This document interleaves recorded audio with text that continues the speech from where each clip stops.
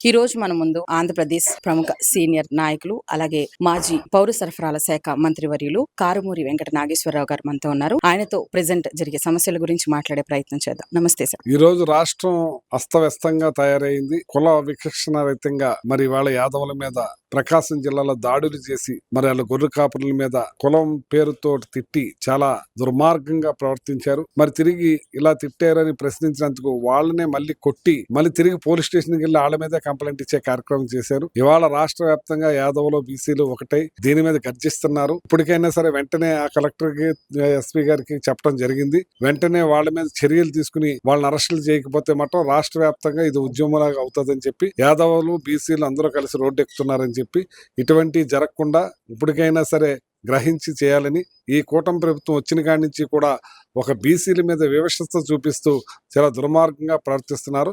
ఇది గ్రహించాలని చెప్పి నేను తెలియజేస్తున్నాను. ఓన్లీ బీసీల మీదే వివక్షత చూపిస్తున్నారా, లేకపోతే అగ్రకులాల మీద కూడా వివక్షత ఉందా?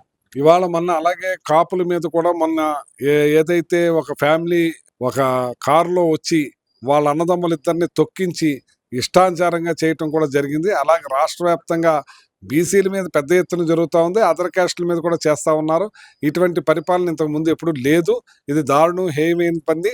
ఇప్పుడించా కూడా మీరు దీన్ని గ్రహించకపోతే ప్రజలు రోడ్డెక్కి పెద్ద ఎత్తున ఉద్యమాలు జరిగే అవకాశం ఉంది. ఈ ప్రభుత్వంలో ఎటువంటి మార్పులు ప్రజలు కోరుకుంటున్నారు? మీరు ఏదైతే చెప్పారో, మీరు ఏదైతే చేశారో, మీరు ఏదైతే వాగ్దానం ఇచ్చారో అవన్నీ కూడా ప్రజలు కోరుకుంటున్నారు. మీరు నమ్మబలికారు. మీరు ఆల్రెడీ ఏదైతే మన బాండ్ ఇచ్చారో ఆ బాండ్ మీద ప్రమాణం చేసి ఇచ్చారు పవన్ కళ్యాణ్ గారు మీరును. అవన్నీ కూడా సూపర్ 6 అమలు చేయాలని ఏదంటే జగన్మోహన్ రెడ్డి గారు ఇచ్చే కాకుండా మేము సూపర్ 6 అమలు చేస్తామని చెప్పారు. అవన్నీ కూడా అమలు చేయాలని చెప్పి నేను కోరుతున్నాను. ఇవాళ మీరు ఏదైతే 18 ఏళ్ళ అమ్మాయికి 1500 అన్నారో, 50 ఏళ్ళు వచ్చిన వాళ్ళకి 18,000 అన్నారు, అలాగే పెన్షన్ అన్నారు. ఇవన్నీ కూడా ఏమీ కూడా ఇవ్వకుండా ఇవాళ చేస్తున్నారు. మీరు అటువంటిది గ్రహిస్తున్నారు. ఇప్పుడు మీరు ఏదైతే చెప్పారో అవన్నీ కూడా ఇవాళ నిరుద్యోగ భృతి ఇస్తా అన్నారు. ఇవాళ ఎంతో మంది ఇది ఉన్నారు, వాళ్ళందరూ కూడా ఎదురు చూస్తూ ఉన్నారు. 20 లక్షల ఉద్యోగాలు ఇస్తున్నారు. ఉద్యోగాలు ఇవ్వకపోయి నిరుద్యోగ భృతి ఇవ్వకపోయి మీరు అన్నీ కూడా మరి ఆ జగన్మోహన్ రెడ్డి గారు చేసినవి కూడా వదిలేసి మీరు చెప్పినవి కూడా చేయకుండా రాష్ట్రం ఇవాళ మరి అధోగతి పాలైపోతా ఉంది. మీరు చెప్పినవన్నీ కూడా వాగ్దానాలు నెరవేర్చాలని చెప్పి నేను డిమాండ్ చేస్తా ఉన్నాను.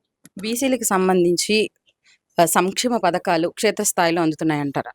ఏది అందుతుంది అసలు ఇస్తేనే కదా అందేది. వాళ్ళ జగన్మోహన్ రెడ్డి చల్లికి మళ్ళీ జరగాలన్నట్టుగా ఆ పెన్షన్ ఒకటి, ఆ ముసలి వాళ్ళ పెన్షన్ ఒకటి ఫస్ట్ తారీఖు కోసం అది కూడా ప్రతి నెల తగ్గించుకుంటా పోతున్నారు. కానీ భర్త చనిపోతే భార్యకి, భార్య చనిపోతే భర్తకి ఇచ్చే కార్యక్రమం గతంలో వెంటనే జరిగేది. అవి అసలు జరగట్లేదు, ఇవ్వట్లేదు. చాలా మంది ఇబ్బంది పడతా ఉన్నారు. ఇవన్నీ కూడా మార్చుకుని మీరు ఏదైతే సిలిండర్లు ఇస్తా అన్నారో, ఏదైతే చేస్తానన్నారో అన్ని కూడా నెరవేర్చాలని చెప్పి నేను కోరుతున్నాను. బీసీ సామాజిక వర్గానికి చెందిన వారు అందరికీ కూడా 50 ఏళ్ళు వస్తే చాలు పెన్షన్ ఇస్తారని చెప్పారు. మరి అమలు జరుగుతుంది అదేమన్నా? అదే నేను చెప్పాను కదండి, 50 ఏళ్ళ వయసు వచ్చిన వాళ్ళకి మేము పెన్షన్ ఇస్తామని చెప్పి ఏదైతే చెప్పారో అదే అమలు చేయలేదు.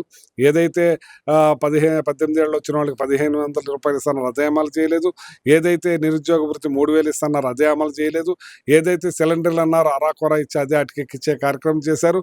ఏదైతే మీరు పెద్దవాళ్ళకి పెన్షన్ అన్నారో రోజుకి దినానికి తగ్గించే కార్యక్రమం చేస్తున్నారు. మీరు ఇవాళ అప్పులు మయం చేశారు రాష్ట్రాన్ని. జగన్మోహన్ రెడ్డి గారు 14 లక్షల కోట్లు 12 లక్షల కోట్లు అప్పు చేశారంటే కేవలం ఆయన చేసిన అప్పు 3,32,000 కోట్లే.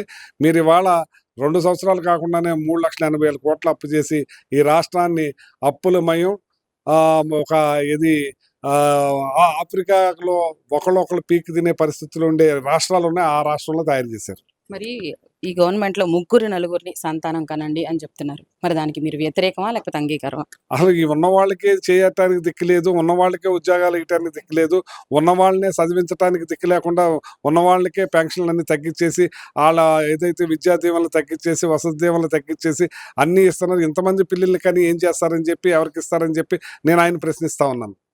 ఓకే సార్, మీరు ఫైనల్ గా ప్రభుత్వం నుంచి ఏం కావాలని కోరుకుంటున్నారు? మీరు చెప్పిన ఏదైతే జగన్మోహన్ రెడ్డి గారు చేసినవి కాకుండా చేస్తానన్నారో అన్నిటితో పాటు జగన్మోహన్ రెడ్డి గారు చేసినవి కూడా అమలుపరచాలి. ఏదైతే రైతులకి ఈ క్రాప్ చేసి ఇన్సూరెన్స్ చేశారో అవన్నీ కూడా చేయాలి. ఆ రోజున లక్షల రైతులకి అందరికీ వచ్చాయి.